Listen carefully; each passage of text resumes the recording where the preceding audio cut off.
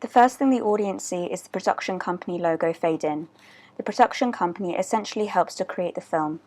Companies such as Warner Bros., Paramount Pictures, and DreamWorks assist in budgeting, scheduling, scripting, and casting that shape the film. They are responsible for finding a director and the majority of the talent. The production company logo we used was one that a member of our group had previously used in a similar project. When shown to our target audience, some thought that it could be shown at an independent cinema, whilst others thought that it could be shown at a local multiplex as it looked like a professional film.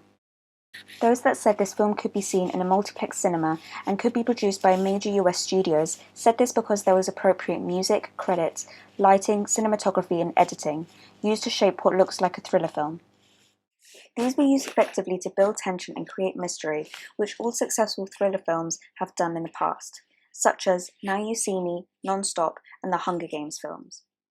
Alternatively, our media products could be independently produced and shown at independent cinemas such as Phoenix Cinema, the Cruise in Soho, and the Prince Charles Cinema because it had little to no production costs. This is reflected in the quality of the film. Many films that are produced by major US studios have had huge budgets that enable them to access expensive equipment which will give their film verisimilitude. A distributor such as 20th Century Fox, Artificial Eye, and Columbia Pictures all send the finished product to the cinemas, the exhibitors, to be seen by the audience, who are the consumers.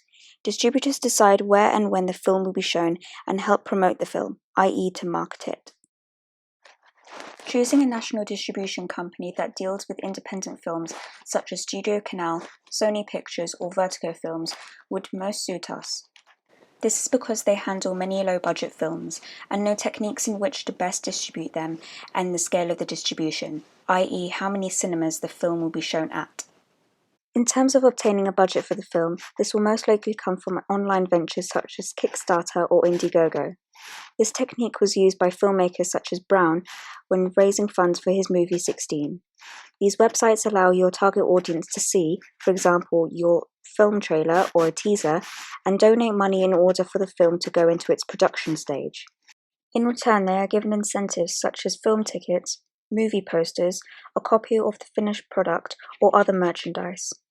Through the use of online ventures, we would also be able to market the film, which saves a lot of money and time, especially for independent filmmakers. The order of the credits in the opening sequence is the same to that of any Hollywood blockbuster.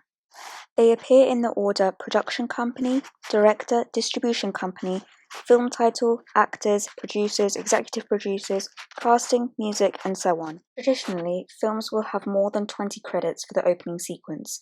In order for our film to look professional, we made sure we adhered to this convention.